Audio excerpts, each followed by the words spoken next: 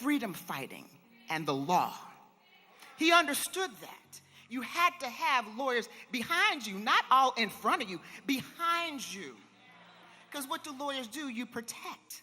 You get people, if you have to, out of jail. You help to get permits. You organize. You are behind the great iconic leaders. And just as Dr. King had Thurgood Marshall, the incomparable Constance Baker Motley, Charles Hamilton Houston, and all of those magnificent jurists, Reverend Jackson had a legal team. John Bustamante, Willie Gary, my mentor, Johnny Cochran. You see, all of these people and more. I think I saw Cleo Fields in the audience. Janice Mathis. I could go on and on and on. He understood the significance and supported lawyers. Barbara Arnwine, Darrell Jones. And I say that because the National Bar Association, I'm a past president, we celebrated 100 years recently. 55 of those years, Reverend Jackson was our inspiration. We can trace Reverend Jackson's role with the National Bar in the building and development of our organization back to Senator Arthenia Joyner, who's in the audience, who was also his representative in Tampa, Florida, by the way, in 1984 and 1988. We had presidents like Lawrence Bozay. We had presidents like Julius Williams, who, when they didn't want to put him on the ballot in New Jersey, he was his lawyer. And then, of course, for 38 years, I have, along with others, been his lawyer. And I want to tell you the first time that I met Reverend Jackson. So in 1988, I met him maybe before with groups of people, but in 1988, Reverend Jackson was the most popular person in the world. As my kids used to say, in the whole entire world. Everybody wanted to talk to him. And the president of a small Central African country, Gabon, Yusuf, you remember this, President Bongo said, we would like him to come to the continent. And that is just when we had changed from becoming black or Afro-American to African-American. And so Reverend Jackson, we negotiated this, and I was a baby lawyer, my first year out of law school. And we negotiated Reverend coming to Gabon with a team. And Reverend, you know, back in the day when he landed, there would be a press conference. And there were thousands of people there to greet him, to welcome him back to the motherland. Some of you are nodding in the audience because you were on that trip. And when Reverend got off the plane, they had like 4 or 5 translators for him because, you know, this was the Reverend Jesse Jackson. And he got off the plane and he started talking, and the translators were looking, you know, like, oh my God, what is he just saying? And they could not quite translate the essence of Reverend Jesse Louis Jackson. And so the translation in the first 15 seconds was not right. And as a baby lawyer, one thing I knew was that we weren't going to let history go down in that way. So I stepped in and I translated for Reverend Jackson. And he said, say that, say it, but say it. That's just what she said. And that was in 1988, and a one-time assignment that I thought would last at the end of that trip became a 38-year journey where I've had the pleasure of, thank you, I've had the pleasure of working with the incomparable mother of our movement, his daughter Santita, his son Jesse, his son Jonathan, his son Yusuf, his daughter Jacqueline, and his daughter Ashley. That is why I am here today to say, ladies and gentlemen, he is a global icon. And so as I close, because Yusuf is giving me that look, I'm going to close by saying this. A luta continua. Vittoria è certa. La lutte continue, mais la victoire est certaine. I say that to the grandkids, you know what I'm saying. And translated into English, and to our new president and CEO, you must hear me and hear me clearly. The struggle continues. But with your magnificent leadership and support of the Rainbow Push family, CEF family, Push Excel family, Push family, and all of the magnificent volunteers and people who stand by you, victory is certain.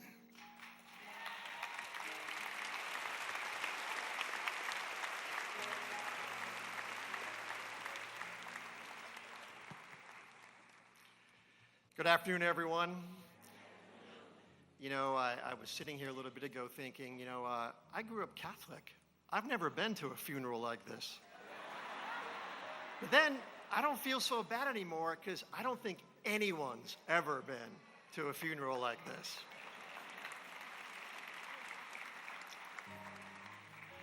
So on behalf of myself and my family, including my sister Laura, who is here today with us, and everyone from our organization, I want to express my heartfelt condolences to the Jackson family and everyone here who knew and loved Reverend Jackson. It was a great honor of mine to get to know Reverend Jackson over the past 17 years, and he was a man I truly admired and respected. When I first met the Reverend, though, I have to admit, I was a little nervous. Everything I knew about him is something that I had read in the paper or maybe seen on TV. And, his leadership and his leadership in civil rights and human rights and everything he'd done, Operation Push, everything he had done. And I knew all about that, but I'd never met the man. But knowing Jesse Jackson, the public figure, does not fully prepare you to meet Jesse Jackson, the person. In public, in pursuit of greater goals, he was bold and outspoken and defiant. But in person, he was also warm and friendly. And as many of you know in this room, he had a great sense of humor, and we laughed a lot. Now, I think a good man can speak to a large crowd and perhaps inspire the masses. But a great man can also speak to you like you were the only person in the world. And Jesse Jackson was that kind of man. Of course, I personally like to believe that all great people love baseball. I'm not really sure if that's true, but the Reverend did. In fact, he was a pretty good baseball player. He turned down the opportunity to play professional baseball to go to college to play football. And like many truly great people, he was a family man. He loved his family and was an especially doting grandfather. I saw this firsthand, as I know how much he loved to bring his family, his children, and his grandchildren to the ballpark. Tellingly, Reverend Jackson never asked to be in a suite. He always wanted to sit in the seats with the fans, even on his last few visits where his health challenges were mounting. All he ever asked for was a hot dog, a soda, and a Cubs win. And on most days, we could deliver all three of those. And while I know the Reverend loved to come to the ballpark because it was a place to be with his family, he also respected the history of Wrigley Field and knew that it is the only major league ballpark still standing where Jackie Robinson actually played a game. Now,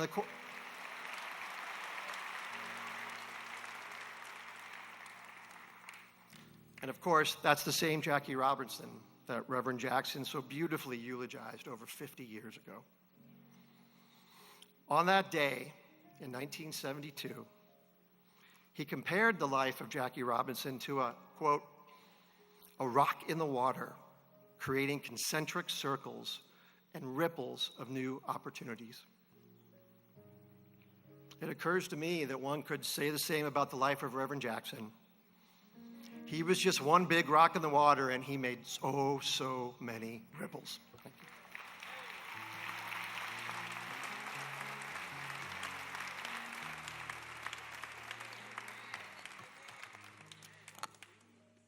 you. I'm used to working with a 24-second shot clock, so I will try to extend a couple of more minutes longer. First, I want to honor Chicago's first royal family, the Jackson family.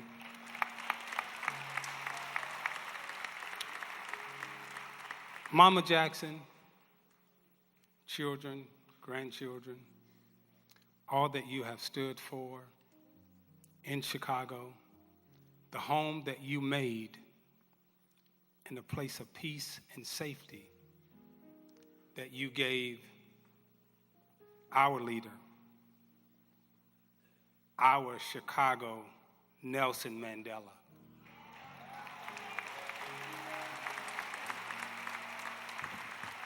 Thank you. I also like to honor the 5 presidents who are sitting here today.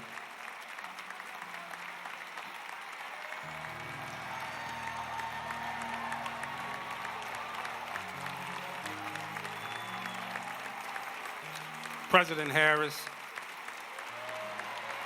President Clinton, President Bill Clinton, First Lady Jill Biden,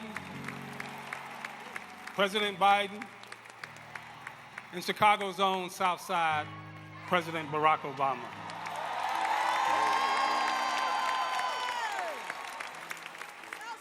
Now I got to set the stage because a lot of us in here are a little older than some of the generation below us. So I was born in 1961 on the west side of Chicago, Cook County Hospital.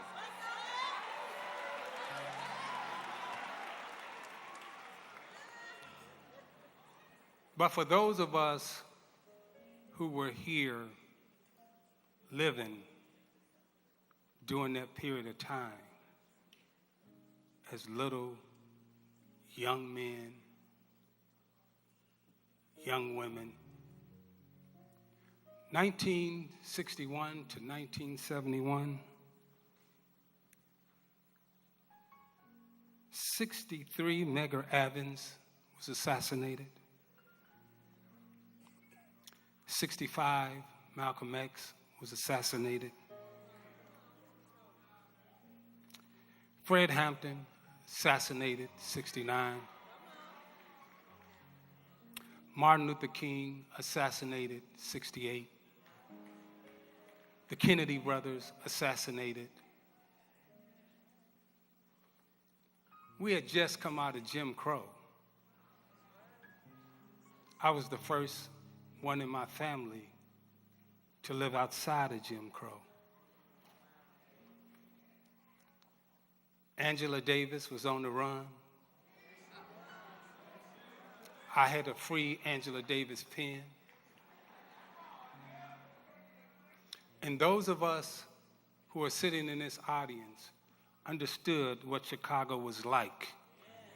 Us Chicagoans on the west side and the south side, from the 60s to the 70s, when every store was burned down.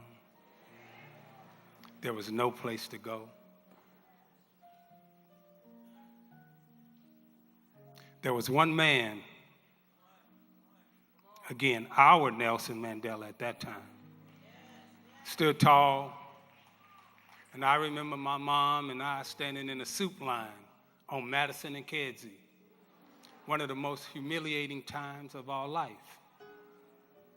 We had no food.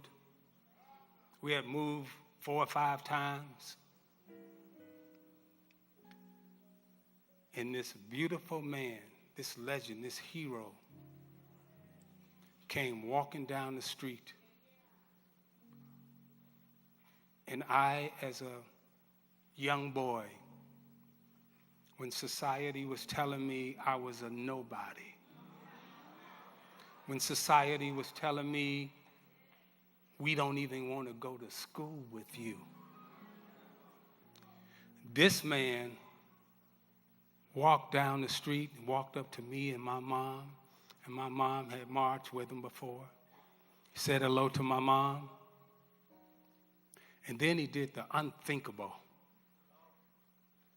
Mama Jackson, your husband kneeled down, and he looked me in my eyes, and that man said, "You are somebody."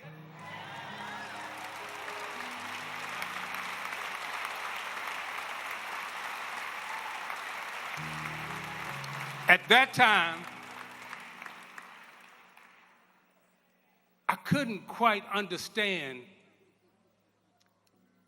the feelings and emotions that I was having as a young kid, walking, trying to find food, looking for a place to go. But when he said, "I am somebody," it resonated with me that there was a whole world trying to make me a nobody. And when he knelt down and looked me in my eye and said, "You are somebody," and then he said, "Say it again, say, I am somebody." I am somebody. I am somebody. I looked up, my mom is crying. She's proud. But we couldn't get out of the soup line. Right, Jonathan? We lose our spot. Y'all know it. You standing in that soup line, your friends walking by teasing you and everything, but you can't get out. Then he lifted me up emotionally on his shoulders, them broad shoulders that we all have stood on. Emotionally, spiritually. We all stood on that shoulder, on your family's shoulders. Then he left. And I was like, "Mama, that's the man we see on TV." She's like, yeah. So for us Chicagoans, right? When Muhammad Ali said, "I'm the greatest," on the national stage, that resonated to everybody. But for the kids in Louisville, Kentucky, it hit different. When Nelson Mandela said in Soweto, South Africa, "Let my people go and free them," when he walked up and he spoke, it hit different there. When Rev Jackson said in Chicago, "I am somebody," and keep hope alive, for us it's different.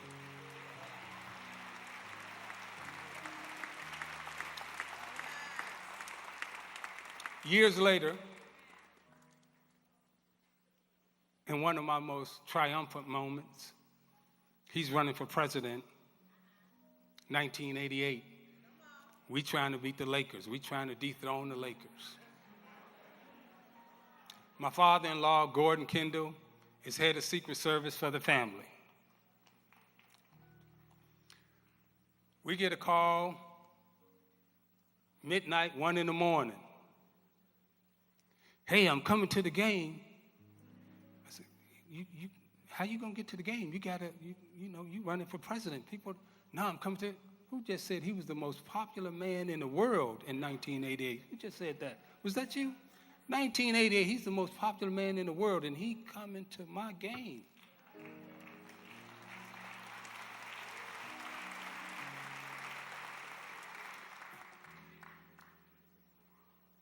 He shows up at the game in my most triumphant moment. We win. He walks in, and he kneels. He says a prayer. Then he lifted me up on those big, broad shoulders again. And he left. Years later, my mother passed away. And when my mother died, all of Chicago came out, representatives showed up, And we were at our lowest moment. And Rev Jackson walked into the church.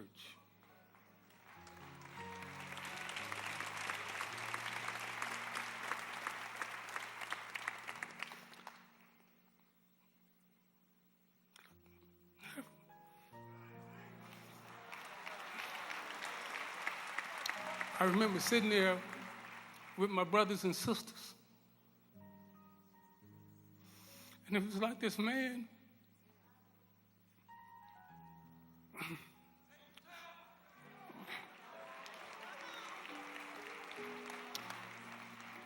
who's been there my whole life.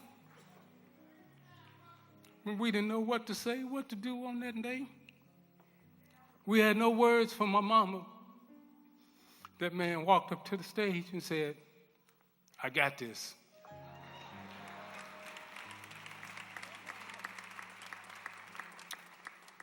And he sent my mama off, beautiful words and everything else. While we were at our lowest, again, he came and he lifted us up on those broad shoulders. Fast forward, all of us will remember the day when you was elected President of the United States. And I'll never forget that day when you walked out on the stage with your family, with our First Lady, Michelle, my former teammate, played bitty basketball with Craig. The pictures and the images, and those of you who were there, the tears that were in the audience, the long struggle. And if you can remember, the camera panned from our president to your husband, to your father, to your grandfather. And he stood there with tears in his eyes. And I know all of you remember this image.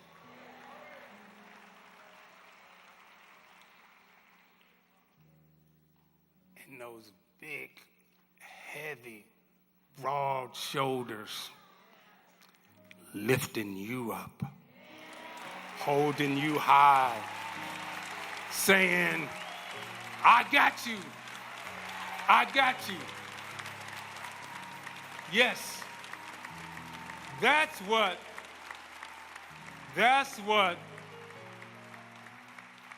Reverend Jesse L. Jackson means to us in Chicago and all royal family. So we thank you for the courage. We thank you for the faith. We thank you for believing in us. And all of us who were so devastated from the 60s and the 70s, coming out of Jim Crow, trying to make a way out of no way. When he would improvise in a poem, I am somebody, when he would say, even if I'm on welfare, I'm like, man, he talking to me. Even if I'm poor, oh, he talking to me. He had a way of connecting personally with us. So today, when he said, keep hope alive, when there was no hope for us, and all of you here from Chicago know, in the 60s, we felt like there was no hope. Hope was lost. Hope was gone. This man gave us hope, gave us life, gave us energy. And today, I want to thank all of you for showing up. And to the organizers and presenters, I would just like to say to the organizers, when you took on the challenge to bring this man home, you couldn't understand the vastness and the multitudes that he touched.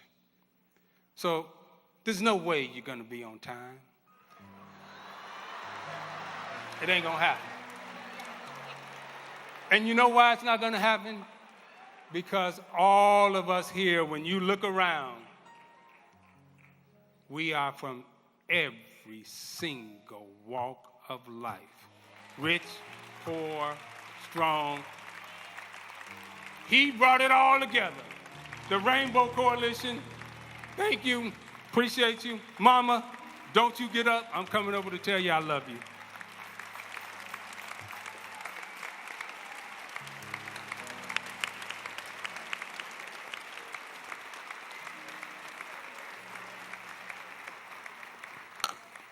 The man who got up 2 hours ago talking about a 24-second shot clock just said that he don't honor time.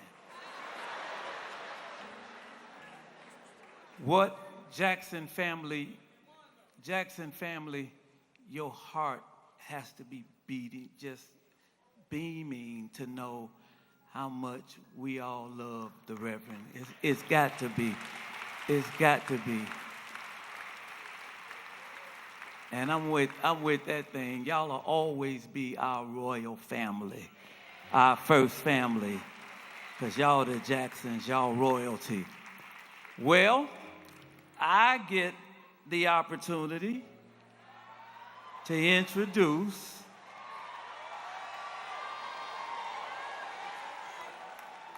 my seatmate from the Senate, who came on to be the 44th President of the United States. Chicago, ladies and gentlemen, President Barack Obama.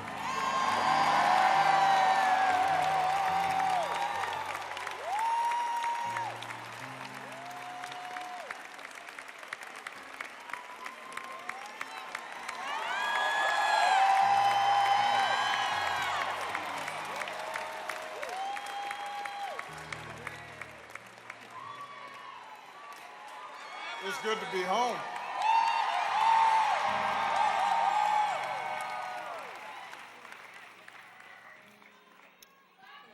I love you back.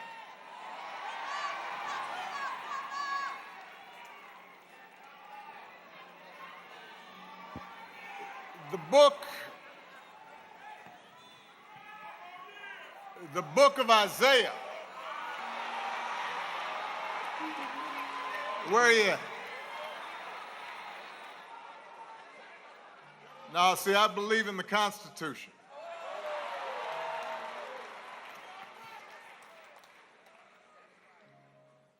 The book of Isaiah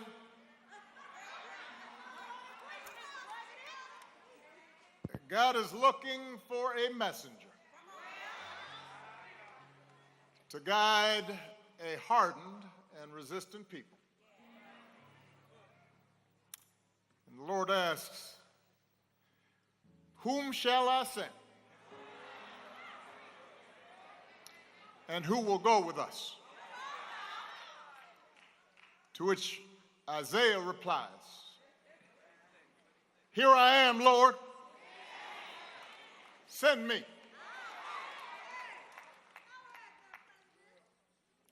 To Mother Jackson and the Jackson family, to President and Mrs. Biden, President and Secretary Clinton, Vice President Harris, Pastor Dates, my old friend, though he looking good, Reverend Meeks, Reverend Jenkins. It is an honor to join you today to celebrate the Reverend Jesse Louis Jackson, a man who, when the poor and the dispossessed needed a champion, and a country needed healing, stepped forward again and again and again and said, send me.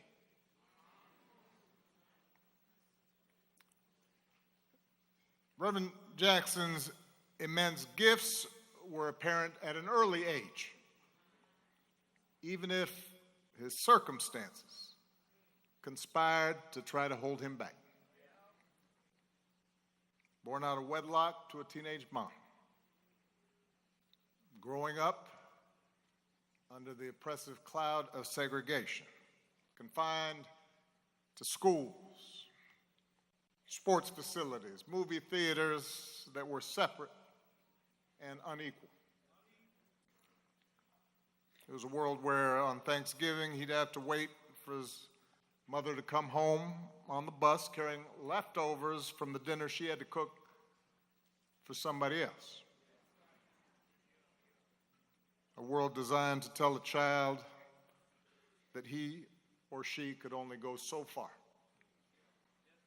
That to think otherwise would be foolish or dangerous, and that wisdom required you to accept your lot in life. And young Jesse refused to accept that verdict. He was a born leader, an athlete, a talker, knew how to talk, star quarterback,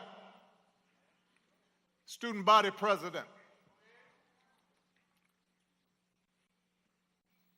He could have succeeded within the confines that were determined for him and had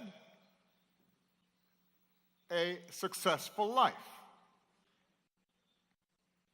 But like so many of his generation, so many extraordinary civil rights leaders in the late 50s and 60s, that Joshua generation, he instinctively understood that individual success meant nothing unless everybody was free. So he became inspired by the bus boycotts in Montgomery. He led 7 black students into the whites-only library, sitting down and getting arrested for reading. Think about that. The library closed, but then it reopened. And when it did, it was open to everyone. Send me, Jesse said, even as a young man, and the world got a little bit better. By the time Rev Jackson graduated from college, he had attended Chicago Theological Seminary. He knew the nature of his calling, and he became, as everybody knows, the youngest member of SCLC, assigned to lead Operation Breadbasket here in Chicago, right around the time that Isaiah Thomas is talking about. And it was during this period, and especially after Dr. King's death, when the optimism of the early movement had begun to fade and leadership had begun to fracture, and when the country seemed to have grown bored, gotten weary of the idea of justice and equality, and moved on to other concerns, that Reverend Jackson rose above despair and kept that righteous flame alive. Through Operation Push, he led boycotts and challenged corporate policies around hiring and contracting, recognizing that civil rights without economic justice was an empty promise. He backed unions in their organizing efforts and activists in fair wage campaigns, understanding that if the have-nots and the have-little bits ever learned to make common cause across racial lines instead of fighting each other over breadcrumbs, everybody would benefit. He helped register millions of voters. He fought against biases in the criminal justice system. He drew attention to local abuses of power and called folks at the national level to account. And by the early 80s, he was delivering that message of change and hope across the globe, freeing hostages from captivity, fighting to end apartheid in South Africa. And then, in 1984,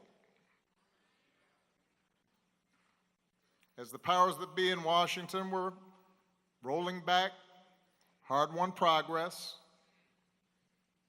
slashing the social safety net, when more and more folks were getting left behind, and greed was being trumpeted as a virtue. See, we've been there before.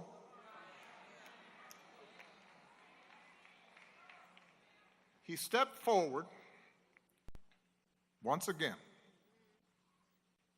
and said, "Send me." He ran for the presidency of the United States of America. I had just graduated from college during that first campaign. And I was living in New York at the time. I was working to pay off my student loans, eating a lot of tuna fish and Campbell soup. And if I went to a diner, I'd grab some extra crackers, put them in my pocket. And I was inspired by the civil rights movement. And I had in my mind to work for social justice. But even though I was full of good intentions, I was uncertain of how to serve and fighting off self-doubt. And I remember how, at the time, plenty of people, including, plenty of black folks, were dismissing Jesse's chances, suggesting, oh, he just wants attention, he can only get black votes. But then I remember one night sitting in my janky apartment, and I got an old black and white TV with the rabbit ears, and I'm kind of jiggering around, and it's about this big. I know young people can't imagine, but the TV was about this big. And I'm watching the Democratic primary debate between him and Walter Mondale and Gary Hart. And I remember how, when that debate was over, I turned off that TV and I thought the same thing that I know a lot of people thought that night, even if they didn't want to admit it. That in his ideas, in his platform, in his analysis, in his intelligence, in his insight, Jesse hadn't just held his own. He had owned that stage. He wasn't an intruder. He wasn't a pretender. He belonged on that stage. An outsider was that maybe there wasn't any place, any room where we didn't belong.